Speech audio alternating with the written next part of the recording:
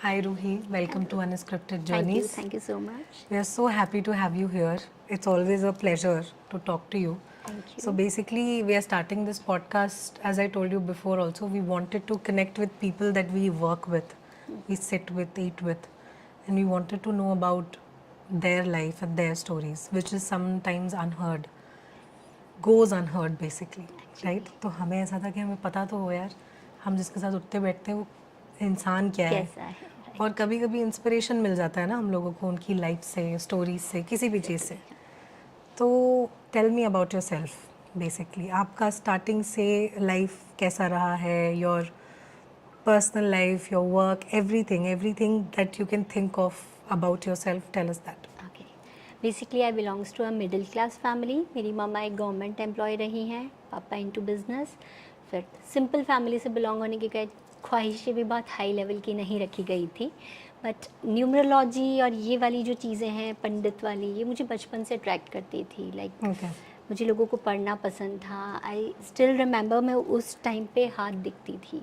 अच्छा, हाँ, छोटे में. फ्रेंड्स के हाथ दिखती थी, पाम रीडिंग करती थी.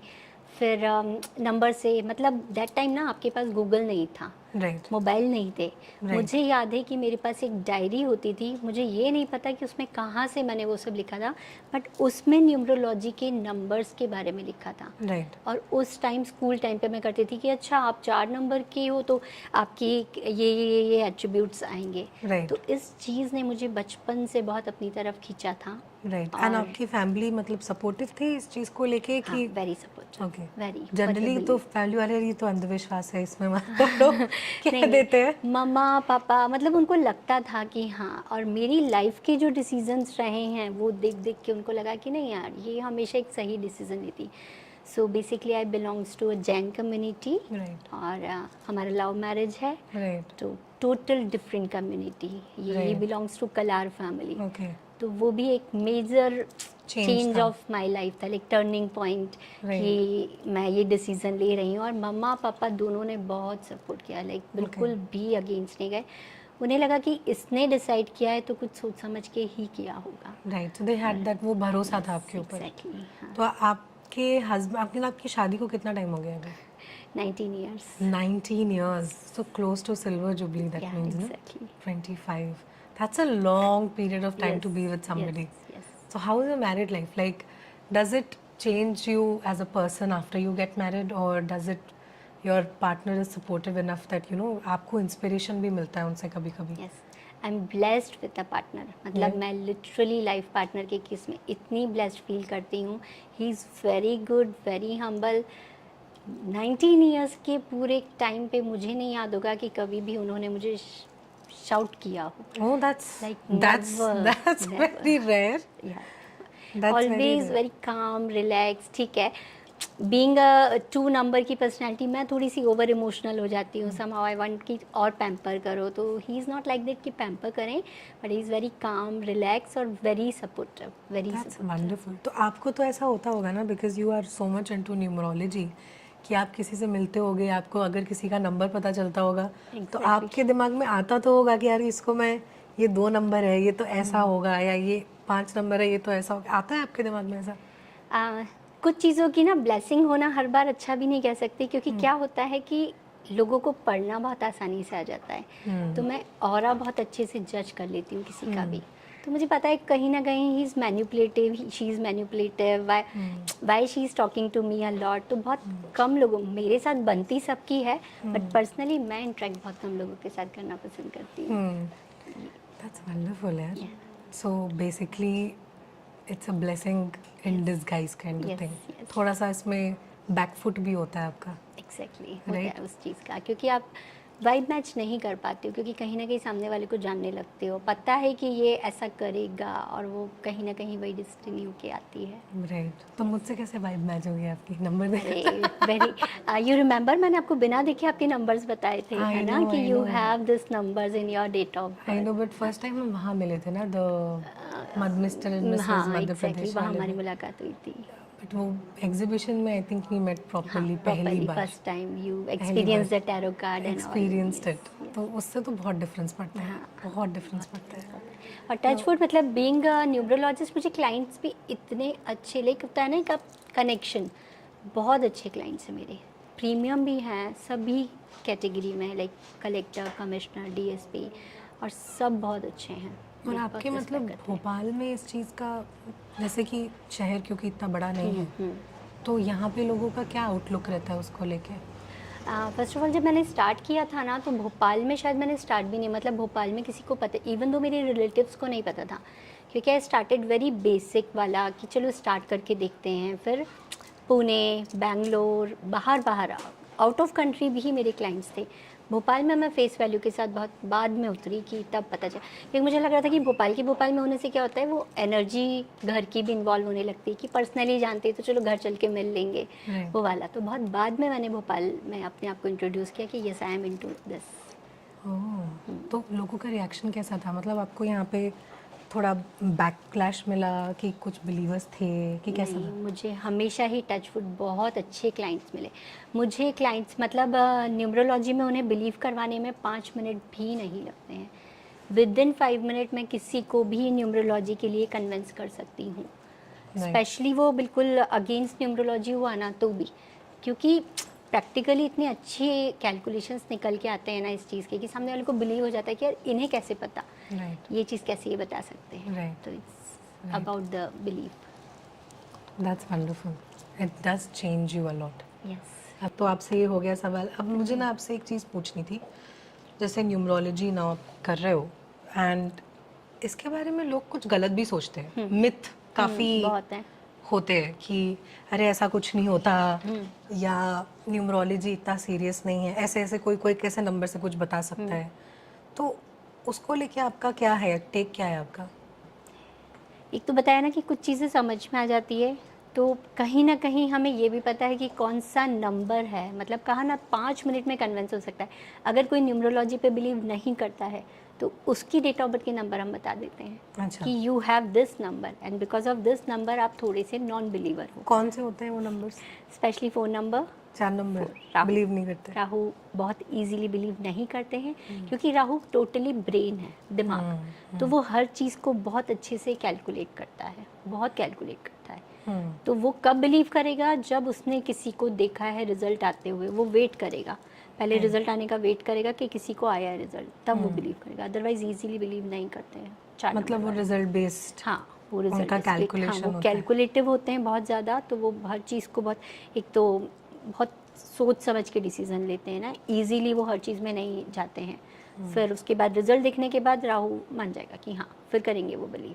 तो ये चीज़ होती है, समझ में आ जाता है इस चीज़ से। और इसके जो मतलब रिजल्ट्स हैं वो तो दिखते ही दिखते हैं आपको, ऐसा नहीं कि नहीं दिखेंगे, क्योंकि ये पुराना साइंस है, मतलब ये अभी अभी का नहीं है, ये बहुत पुराना साइंस है। मैं आपको एक बात बताऊं, जो यश चोपड़ा है बॉलीवुड के, वो 90s-70s में बिलीव करते थे न्यूमरोलॉजी पे। लाइक एक फेमस मूवी है कभी कभी, तो हाउ डू स्पेल कभी कभी? KBHI? KBHI and KBHI। आप उस मूवी में स्पेशली देखोगे ई लगा हुआ है, KBHI एंड KBHI ई। एंड राज चोपड़ा की मोस्टली मूवीज आप देखोगे तो आपको उसमें दिखेगा कि दीवाना, देयर इज EEA। राइट, तो वो मूवीज़ के नेम जो है स्पेशली एज पर न्यूमरोलॉजी बना कर बहुत बहुत बिलीव करते थे, और सुपरहिट मूवीज़ दी हैं उन्होंने हमारी बहुत सारी। तो लोग करते हैं बट इतना एविडेंट नहीं होता है। हाँ, वो जिनको दिखता है जिन्हें दिखता पता है। है, तो हाँ। नेम न्यूमरोलॉजी जो आप कह रहे हो, जैसे नाम में जो लेटर ऐड करते हैं, वो उससे कितना असर होता है? Like what is name numerology exactly? Name numerology भी एक बहुत अच्छा साइंस है। क्या होता है, डेट ऑफ बर्थ आपका, बहुत सिंपल वे में बताऊंगी तो जब हम 1 to 9 को लेते हैं तो there is odd number, there is even number. Odd number और इवन नंबर की फ्रीक्वेंसी मैच नहीं करती बहुत, राइट। तो अगर हम न्यूमरोलॉजी पे जाते हैं तो वो ऑड नंबर और इवन नंबर को हम कहते हैं, कुछ नंबर होते हैं देवतागण, कुछ नंबर रिप्रेजेंट करते हैं दानवगण। तो बहुत बार ऐसा होता है कि आप बिलोंग कर रहे हो एक देवता वाले नंबर से, स्पिरिचुअल नंबर से, और नाम की फ्रीक्वेंसी आपने दानवगण वाली ले रखी है, तो कभी भी नाम आपका फेवर करेगा ही नहीं करेगा। मतलब आप अपने नाम में ही अपना कट्टर एनिमी लेके चल रहे हो। तो आप बहुत सारी बॉलीवुड सेलिब्रिटीज़ को देखोगे कि जिनके नेम न्यूमरोलॉजी के रिजल्ट्स, ऐसा होता है ना, बहुत लोग कराते हैं बट नहीं पता, वायरल थोड़ी हैं, बट जो बॉलीवुड वाले हैं उनको सब फॉलो करते हैं, तो वहाँ से आपको क्लियरली आंसर्स दिख जाते हैं। रिसेंटली में स्त्री मूवी बहुत फेमस गई है, जोड़ी आई है तृप्ति ढिमरी और राजकुमार राव की। अब आप ये बताओ कि क्या ये बहुत बड़ा कोइंसिडेंस नहीं है कि दोनों ने अपने अपने नेम बैलेंस कराए हैं, दोनों के नेम का टोटल 33 से 6 पर है, सलमान खान की डेट ऑफ बर्थ का टोटल 33 से 6 पर है, और ऐसे ही पता नहीं कितने एग्जांपल्स आपको मिलेंगे। 6 is the very good number for Venus. तो अगर आप लग्जरी मूवी इंडस्ट्री और क्रिएटिव लाइन में 90% 6 नंबर, बॉलीवुड को सबसे ज़्यादा 6 नंबर आप रूल करता देखा। कहो ना प्यार है, उसको भी बैलेंस करके 6 पर लाया गया। एंड राजकुमार, तृप्ति, नुसरत भरूचा जो हमारी बहुत फेमस एक्ट्रेस है, उसका नाम आप देखिए कितना बैलेंस किया हुआ है। स्पेलिंग ना, हाँ, नाम का स्पेलिंग काफी चेंज हुआ है उनका। डबल मतलब उन्होंने डबल आर को भी यूज़ किया है, डबल ए भी यूज़ किया है, डबल सी को भी यूज़ किया है। तो इस तरह से ये बैलेंस करते हैं। बैलेंस करने से क्या होता है, वो जो इवन और ऑड नंबर का आपको बताया ना, तो 1 प्लस हम इवन हो जाता है, लेकिन कोई ऑड नंबर है उसमें एक कुछ भी प्लस ऐड किया हमने तो वो इवन पे कन्वर्ट हो जाता है। सेम विथ न्यूमरोलॉजी, अगर आप देवता गण वाले नंबर नहीं लेके चल रहे हो, दानव वाले के चल रहे हो, तो उसमें एक फ्रीक्वेंसी हम ऐसी ऐड करेंगे जिससे उसकी स्पेलिंग का टोटल जो है वो चेंज हो जाएगा, और लिटरली बहुत रिजल्ट देता है। तो जो नंबर्स हैं वो भी डिवाइडेड है कि ये नंबर देवता गण का है और ये दानव, तो डिवाइडेड नंबर्स। यही है न्यूमरोलॉजी, इसी पैटर्न को समझना न्यूमरोलॉजी, कि आप किस नंबर को बिलोंग करते हो, दैट इज कॉल्ड मूलांक भाग्यांक। फिर उसके बाद आप पे दशा कौन सी चल रही है, अगर आप एवरी ईयर ना आपकी दशा चेंज होती है, तो अभी आप हो 1 नंबर की, लेकिन दशा आप पे चल रही है 8 नंबर की, तो हमें पता है कि दशा आपके फेवर में नहीं, क्योंकि 1 नंबर और 8 नंबर एनिमी नंबर्स हैं। तो यहाँ से हम सारी चीज़ों को कैलकुलेट करके समझते हैं कि भाई आपका टाइम आपके फेवर में है नहीं है, रेमेडीज़ करवाते हैं अगर फेवर में नहीं है टाइम तो। राइट, तो रेमेडीज़ काम आती हैं। रेमेडीज़ काम आती हैं। रेमेडीज़, अब जैसे आपके पास अगर कोई आए और बोले कि मेरी लाइफ में ये प्रॉब्लम है कि मेरा रिलेशनशिप नहीं चल रहा है, समझिए, क्योंकि मेरे हिसाब से जितना मैंने एस्ट्रोलॉजी और न्यूमरोलॉजी को उस तरीके से देखा है, लोग तड़पते तभी हैं और जवाब तभी चाहिए होता है जब पर्सनल लाइफ में, रिलेशनशिप्स में प्रॉब्लम आती है। फिर बाकी की चीज़ें सब सेकेंडरी हो जाती हैं। फिर पैसा भी लोग बाद में पूछते हैं कि बीवी से झगड़ा हो गया वो ज़्यादा ज़रूरी है, भाई उससे पहले सॉल्व करवाओ, वो ज़्यादा ज़रूरी है। कि मेरा ब्रेकअप हो रहा है उसे ठीक करा दो, वो ज़्यादा ज़रूरी है। तो इसका ऐसा कोई रेमेडी नहीं होती है जो कुछ हमेशा के लिए सबके लिए काम आ जाए, ऐसा कोई रेमेडी नहीं होती? नहीं, पर्टिकुलर वो दशा के हिसाब से चलती है कि आप पे दशा क्या चल रही है। और जैसे आपने बताया रिलेशनशिप इश्यूज, तो हमें पता है 2, 6 ऐसे नंबर है जो रिलेशनशिप को बहुत लेकर के, तो बहुत क्लियरली बता रही हो कि कभी कोई फेस कर रहा है रिलेशनशिप इशू, तो आपके और आपके पार्टनर में ये 2 और 6 की फ्रीक्वेंसी जो है वर्क नहीं कर रही। तो आप क्रॉस चेक कर सकते हो कि रिलेशनशिप इशू है, मतलब ये 2 और 6 की फ्रीक्वेंसी जो है कहीं ना कहीं मिसिंग है, टोटली मिसिंग है। तो इट कुड बी आपके नाम में भी हो सकता है, डेट ऑफ बर्थ पे भी तो वो हो हम सकता नाम है। से बैलेंस कर देंगे, या तो नाम हम 6 पर दे देंगे, 2 पर देंगे, या फिर हम उस चीज़ की रेमेडी कराएंगे कि आपकी दशा क्या चल रही है। हमें पता है कि इस पर्टिकुलर टाइम पर लड़ाइयाँ ज़्यादा चलेंगी। एक बहुत इंटरेस्टिंग केस था मेरा 2-2.5 साल पहले, डिवोर्स फाइल था कपल का, ठीक है, बेंगलोर के वो कपल हैं, डिवोर्स प्रोसेस चालू थी, बेबी को लेके उन्होंने मुझे कंसल्ट किया कि हम कहाँ क्या, मतलब बेबी को लेके मेन उनका कंसर्न था, मामा के पास कि पापा के पास। जब मैंने उन दोनों का चार्ट देखा तो मैंने सिर्फ एक ही रिक्वेस्ट करी थी कि जब आप फाइल कर चुके हो, सारा ऑन आपका प्रोसेस में है, सिर्फ 2 महीने और रुक जाते हो ना। अक्टूबर में उन्होंने मुझे बोला है, मैंने कहा अगर 2 महीने और रुक जाते हो तो आप देखोगे सिनेरियो चेंज अपने आप हो जाएगा। और लिटरली उनका भी बेबी भी है, सेकंड बेबी है। वो 2 महीने रुक गए मेरी बात मान के, तो उनका डिवोर्स ही नहीं हुआ है, क्योंकि वो दशा करवा रही थी, वो दशा निकल गई तो अपने आप टाइम खराब था। जो ये बोलते हैं अरे वक्त खराब चल रहा है, टाइम खराब है, ये वही था। और टाइम निकलते ही उनका खुद का मन हो गया कि हाँ यार क्यों ही करना है, चलो ठीक है ना, सॉर्ट करते हैं। अपने आप एनर्जी चेंज हुई है, अपने आप। मैंने कहा परेशान नहीं होंगे आप, अदरवाइज आप तो डिसीजन ले ही चुके हो, कोई दिक्कत नहीं है, 2 महीने और रुक जाओ। 5-6 साल का उनका था शादी का रिलेशन। ये पता है, सुनने में ऐसे नॉर्मल लगता है कि हाँ किसी की लाइफ पलट गई, पर जब किसी के साथ होता है तो उसे लगता होगा ना मिरेकल हो गया यार ये तो। कल तक तो एक Literally. दूसरे का गला दबाने हाँ, लग रहे थे, आज मतलब तो सब उनको खुद नहीं पता। अब ये भी पता है कि अगेन वो सिनेरियो कब आएगा, रेमेडी कराएंगे, सिंपल। ऐसा नहीं कि नहीं रह दुश्मन नहीं हो, बस वो दशा ऐसा करवा रही है कि डिटैचमेंट बहुत हाई हुआ पड़ा हुआ है, Right. तो एक दूसरे से डिटैच होने की फिराक पे हो, तो बस रेमेडी कराई। और लिटरली बहुत मानते हैं पर, और जब मैं ऐसे रिजल्ट्स देती हूँ ना, वही मुझे एक्चुअल सुकून देता है। मतलब That's true. खुशी बस वही है कि हाँ, लोगों को रिजल्ट मिला तो लोग मानते हैं उस चीज़ को। तो कहीं ना कहीं वही है कि अपना ये काम मैंने शौकिया करा स्टार्ट, शौकिया करा, पर अब जुड़ गए आप बस बहुत। जुड़ गई हूँ। तो क्योंकि आप अपनी फैमिली में भी करते हो या फैमिली वालों को भी बताते हो? एक्चुअली नहीं करना चाहिए, अच्छा। क्योंकि जब आप किसी चीज़ से ब्लेस्ड हो, मतलब अगर हमें ये ब्लेसिंग मिली है तो हम इसका मिसयूज़ नहीं कर सकते हैं। तो मैं लिटरली, और कहा जाता है कि जहाँ भी इमोशंस अटैच्ड हैं हम न्यूमरोलॉजी नहीं कर सकते हैं। अच्छा। मैं अपने खुद के परिवार पे नहीं इसको करती हूँ ज़्यादा।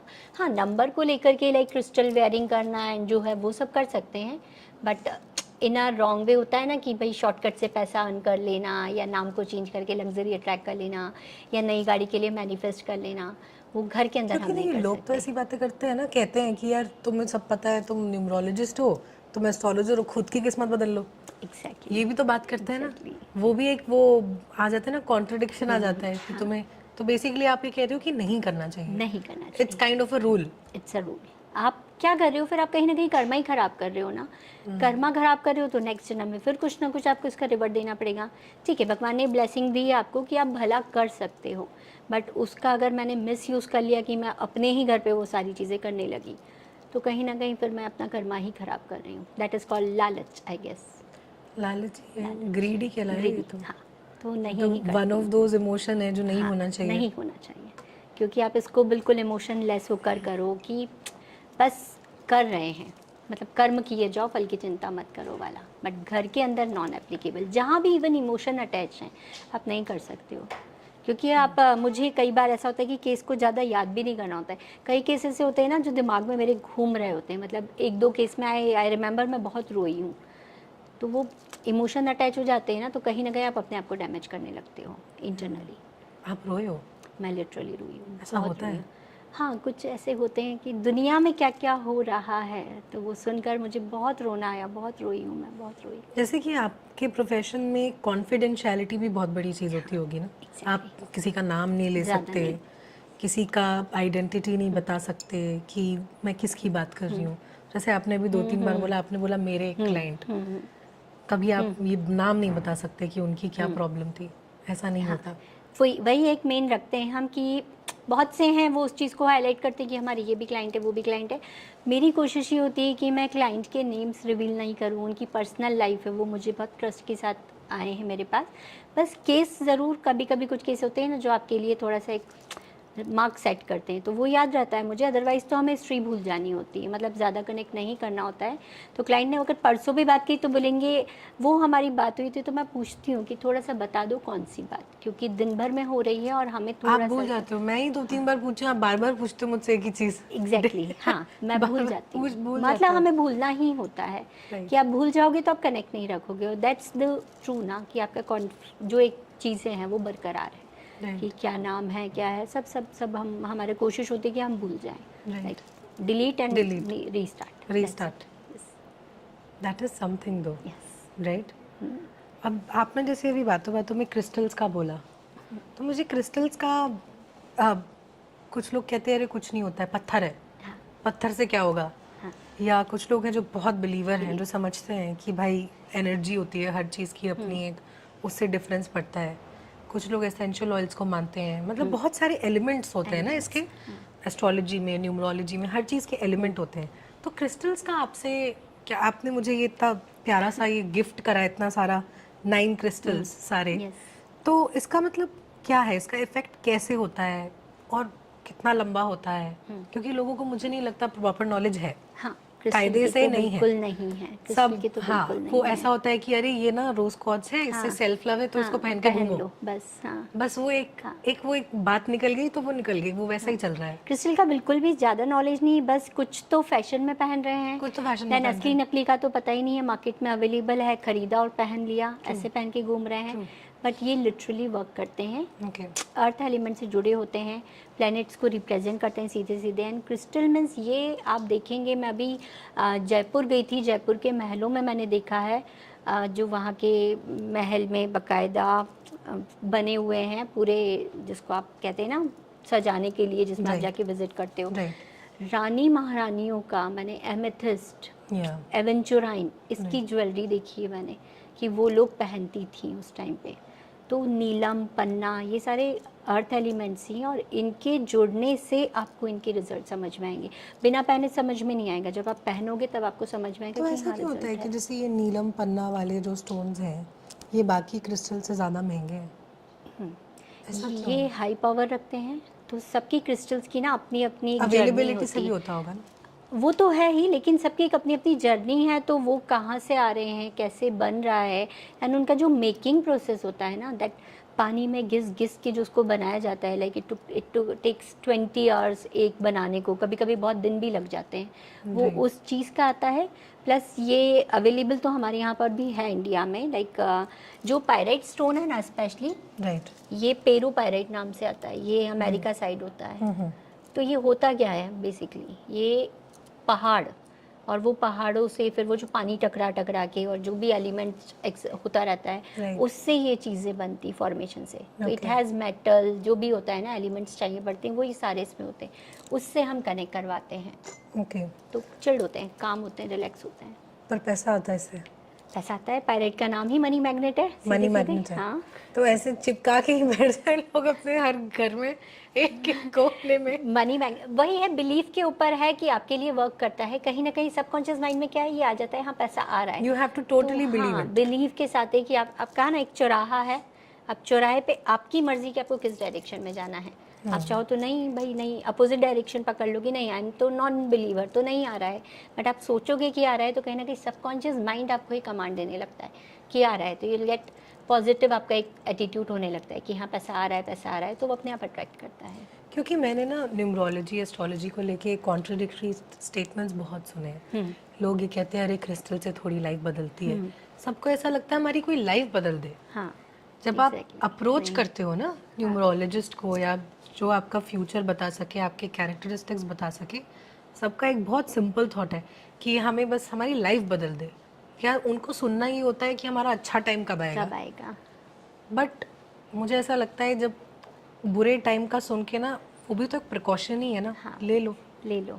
क्या जा रहा है? प्रिकॉशनरी लाइफ कुछ टाइम के, ऐसा तो है नहीं लाइफ ऐसी तो है नहीं, ऐसी ऐसी ही है, लाइफ ऐसी ऐसी, एग्जैक्टली, तो लाइफ ऐसी प्रिकॉशन ले लो। बट आई थिंक वो जो एक सोच है ना, उसको कहीं ना कहीं आप भी कोशिश तो करते होगे कि लोगों में बदले, चेंज की। चेंज कहा ना, ये चीज़ें थोड़ी सी समझने में टफ हो जाती हैं कि उनको लगता है कि नहीं इसको करने से क्या ही हो जाएगा, और हम ये कहते हैं पहन के देखने में क्या हो करने रहा में है, क्या हो जाएगा, उसमें भी आपका कुछ नहीं जा रहा है, आप पहनो और देखो। अपने आप उन्हीं का कहना होता है कि हाँ यार रिजल्ट तो दिख रहा है। लाइक मैंने बहुत, मेरे जितने क्लाइंट हैं मैं बता रही हूँ, उसमें से 90% का ये कहना आता ही है मेरे पास कि हाँ रिजल्ट दिख रहा है। और किसी क्लाइंट का गलती से अगर ये हो जाए कि रिजल्ट नहीं दिखा, तो मैं बाकायदा वजह ढूंढती हूँ कि आप प्लीज़ मुझे कॉल करो। मतलब एक आधी होगा उसका, दो एक साल पहले उसने मुझसे कांटेक्ट किया होगा, फिर उसने कहा रिजल्ट ऐसे दिखा नहीं, फिर मैंने बाकायदा पूरी प्रोसेस पूछी, मैंने कहा आपने ये किया था, आपने वो किया, देन आई आस्क्ड रेमेडी की, तो बोलता वो तो नहीं करी है। तो मैंने कहा तो आप यहाँ चुके हो। कुछ लोग क्या सोचते हैं ना कि न्यूमरोलॉजिस्ट को दिखाया और हमारी न्यूमरोलॉजी हो गई तो हमें रिजल्ट आना चाहिए। राइट? न्यूमरोलॉजिस्ट का काम है पूरा चेक कर लेना, दशा कब अच्छी है कब बुरी है, आपको रेमेडीज़ बताई जाती है।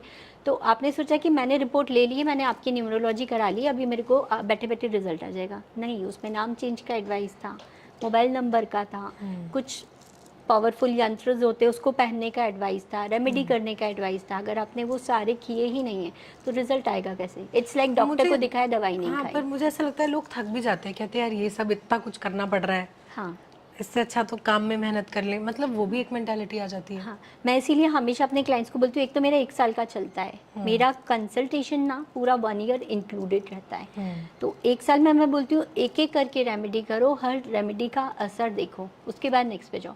मैं कभी एक साथ ये नहीं, मैं कहती हूँ एक करी, स्टार्ट करो, उसका थोड़ा रिजल्ट देखो, then will go for the second one, then third one. और जितनों ने भी आज तक कंप्लीट करवा ली हैं, कहीं ना कहीं मैं ये बता रही हूँ सबके पास रिजल्ट है। बैक टू बैक कॉल्स रहते हैं मेरे पास क्लाइंट के, मतलब 3-3 साल पुराने क्लाइंट भी मेरे अभी तक क्लाइंट है। अभी मुझे नहीं लगता कि कोई क्लाइंट ऐसा हुआ है ना कि कट ऑफ हो गया है, कि बात ही करना बंद कर दिए हैं, सारे ही कंटिन्यू। उनको कुछ भी लगता है तो पहला कॉल मेरे पास ही आता करते हैं कॉल। एंजल नंबर्स होते क्या एग्जैक्टली? बेसिकली एंजल नंबर्स भी ना कहते हैं कि ब्लेसिंग्स ऑफ यूनिवर्स, आप कह लो कि यूनिवर्स आपको कभी कभी कोई साइन दिखाना चाहता है।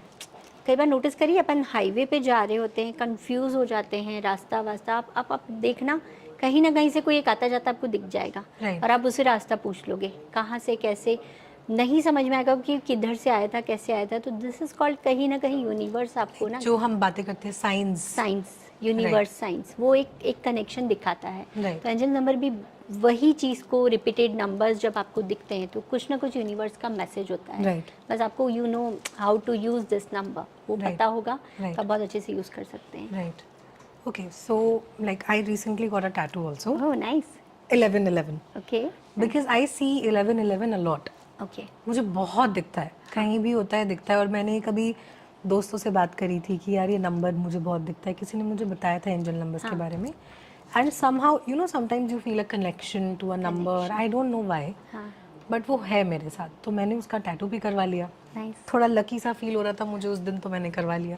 तो 1111 का क्या है, मतलब what is the meaning of 1111? अच्छा, आपकी वाइब भी मुझसे मैच हुई थी, राइट? हाँ, इंस्टेंट मैच हुई थी। तो कहीं ना कहीं मैं भी पता है उस 11 एंजल नंबर को बिलोंग करती हूँ। तो वही जो वाइब मैच हुआ ना, वो उसका रीजन भी है कि आपकी 1111। सो बेसिकली ये आप आपकी डेट ऑफ बर्थ से भी बता सकते हो? नहीं, डेट ऑफ बर्थ का एंजल नंबर मतलब हम जब इसको करते हैं तो उसको हम मास्टर नंबर्स कहते हैं। तो मास्टर नंबर में मैं 11 की फ्रीक्वेंसी हूँ। बट एंजल नंबर की जब आप बात करो तो 1111 स्पेशली एक होती है एंचेस्टर की सीधे सीधे ब्लेसिंग। तो आप जैसे बोलते हो आपको बहुत दिख रहे हैं, तो कहीं ना कहीं आपकी फैमिली में कोई एक रहे हैं जो जा चुके हैं और उनके साथ आपका बहुत स्ट्रॉन्ग कनेक्शन रहा होगा। और दे गाइडिंग यू। हाँ, सो वो हमेशा आपके साथ हैं। मतलब आप जब भी मुसीबत में होते हो ना, तभी आपको और ज़्यादा दिखता है। या जब भी 1111 दिखा है तो आपको क्या करना होता है, जस्ट आपको याद करना है कि 5 मिनट पहले आपने क्या सोचा था या आपके दिमाग में क्या चल रहा था। तो ये 1111 उसका आंसर होता है कि ठीक है, you are on right path, आप सही पाथ, सही सोच रहे थे। हाँ, तो ये उसका सीधे सीधे मतलब ऐसा अगर कोई थॉट आया है दिमाग में, किस चीज़ को लेके परेशान है, and you see 1111, that means whatever you were thinking was right and just keep on that path. But ये दिखना अपने आप चाहिए। इट्स नॉट कि आप दिख रहे हो या देख रहे हो या एफर्ट कर रहे हो। क्योंकि कई ऐसे हैं एंजल नंबर सुन के मैंने देखा है कि वो 11:10 के ना अलार्म सेट कर लेते हैं कि उन्हें ताकि उन्हें दिखे।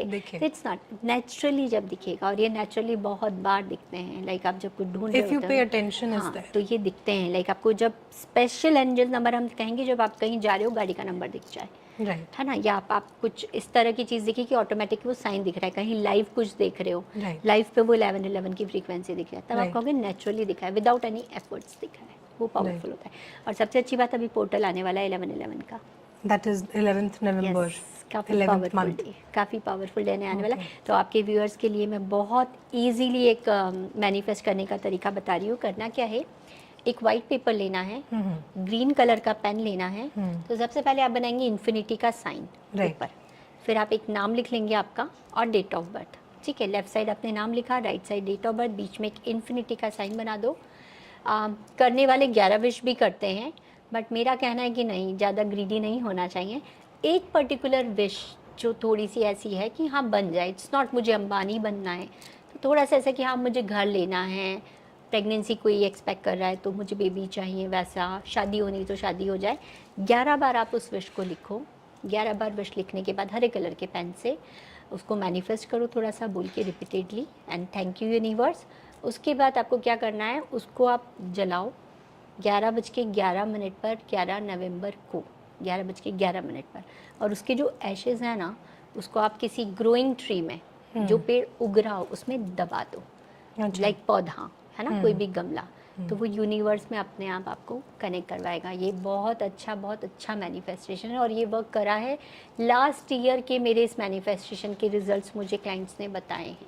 कि आए। आपने कभी खुद करा है? नहीं, नहीं, खुद नहीं कहा करा। ना, कभी खुद के खुद के लिए लिए नहीं कर नहीं सकते। ही मांगते हैं, कभी नहीं मांगते, Right. क्योंकि यूनिवर्स है ऑलरेडी, ठीक है, खुश है, क्यों मांगना। बट करके देखो, मतलब आप मैनिफेस्ट करो। तो ये वाइट powerful है। Paper, green green pen, pen, infinity sign centre में, और एक विश 11 बार लिखना है। एक विश 11 बार, 2 या 3 भी लिख सकते हो। कहने वाले कह रहे हैं 11 विश, बट 11 नहीं, आप इतना भी वो मत करो ग्रीडनेस। एक पर्टिकुलर विश जो आपकी नहीं हो पा रही पूरी, आप उसको 11 बार लिखो। तो उसको 11:11 पे आप जलाओ। जलाने के बाद आप दिन भर में कभी भी 11 नवंबर को उसको, कोई पेड़ है जो उग रहा है, लाइक पौधा है ना, उसमें आप बरी कर दो। तो 11:11 AM PM कुछ भी चलेगा। पीएम पे हम पौधे को नहीं डिस्टर्ब करेंगे ना, तो बेटर होगा कि आप मॉर्निंग टाइम पे मॉर्निंग कर टाइम लो, पे करें। क्योंकि रात को हम पेड़ को सोने देंगे। अब मुझे ना एक चीज़ अब दिमाग में आ रही है, मैं पूछ ही लेती हूँ। जैसे कि ये जो आप जिससे बताते हो कि पेपर में ऐसे लिखना है, ये करना है, कुछ लोग होते हैं they relate these things to witchcraft also, they're like थोड़ा सा विची लगता है हमें, हमें नहीं है, हम ये सब नहीं करेंगे, इससे कुछ गड़बड़ हो गया तो वो भी एक थॉट आता है ना, लोग ऐसे करते हैं बिहेव। उसका आप क्या बोलोगे? मतलब if you are to tell a person कि नहीं भाई ये तो सिंपल सी चीज़ है, आप ही लिख रहे हो, आप ही कर रहे हो, उसमें क्या कोई काला जादू कर देगा, तो उसका क्या क्लैरिटी आएगा? मतलब how do you make people understand that? कुछ किसी भी चीज़ को हम कहते हैं कि हमारे यूनिवर्स में ना हम लिखी गई बातों को सबसे तेज मानते हैं। आप गीता भी सुनी सुनाई बात नहीं है, लिखी गई बात है। रामायण महाभारत ये सब लिखे गए हैं। तो इस चीज़ को इसलिए रिलेट करते हैं कि कहते हैं कि यूनिवर्स में जो भी लिखा हुआ है ना वो एग्जिस्ट करता है। तो लोगों तो को ये इसलिए हम अंधविश्वास spiritual- कैसे हटाएं कि नहीं नहीं ये विचक्राफ्ट नहीं है, ये नॉर्मल चीज़ है? करके देखो। और दूसरी बात, it's like a homeopathy medicine, आपका नुकसान कुछ भी नहीं होगा ना इससे। आप एक करके तो देखो, ट्रस्ट अपने आप आ लाइक अ जाएगा। होम्योपैथी बस मेडिसिन। हमने कहा ना, हर चीज़ का प्लस माइनस है, किसी का बुरा नहीं हम इसमें इन्वॉल्व करेंगे। क्या होता है, जहाँ वो आप काला जादू तंत्र मंत्र पे जानते हो, तो जब मैनिफेस्ट ऐसे वाला वर्क कर रहा है तो वैसे वाला भी वर्क करता है। लाइक मेरे बहुत से क्लाइंट है, नज़र लग गई है, तो आई बिलीव इन नज़र, I believe in bad energies, कि हाँ जहाँ प्लस हो रहा है वहाँ माइनस भी हो रहा है। आज के टाइम पे वैसे भी बहुत कम लोग किसी और को खुश देख पाते हैं, जेलेसी ज़्यादा चल रही है मेजर। हाँ, तो वो होता है। तो हम इस विश को, मैंने बोला आप अपनी विश लिखो। आपके विश में ये मत लिखो भगवान उसका बुरा हो जाए, भगवान उसका एक्सीडेंट हो जाए, ये मत लिखो, किसी का बुरा मत चाहो, आप अपने भले के लिए करो उसको। ओके। आप न्यूमरोलॉजी का वर्कशॉप भी करना चाह रहे थे ना? What was that about? When are you planning? When is it happening? कुछ ऐसी प्लानिंग कर रही हूँ कि भोपाल में थोड़ा सा सेमिनार करें एक, जिसमें ये न्यूमरोलॉजी के लिए थोड़ा अवेयरनेस आए लोगों को, उनको खुद के बारे में पता चले कि कैसे कैसे नंबर्स वर्क करते हैं।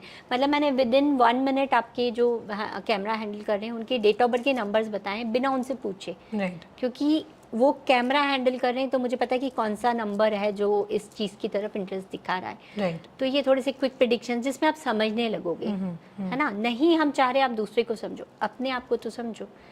If you are saying continuously I am a emotional person, तो उसकी वजह आपको पता हो कि वाई यू आर इमोशनल। तो किस नंबर की फ्रीक्वेंसी को हाई कर दो ताकि इमोशनल वाली थोड़ी सी लो। तो आप ये सेमिनार जल्दी प्लान करो, हम लोग सब फिर बिल्कुल ये seminar plan we will come and yes we will register. उसमें हमारा, because it's an interesting topic and I think a lot of people will like to join you. It'll be very कुछ a lot of planning fun. चल रही है। तो इसको मेरी कोशिश है कि दिसंबर से पहले पहले हम एक बार एक सेमिनार इसका कर लें, क्योंकि शायद for the first time Bhopal में ऐसा कुछ होगा। Right. हाँ, न्यूमरोलॉजी से related. We'll do that. We'll do that. Wonderful. Thank you. Thank you so much. so much. Thank you.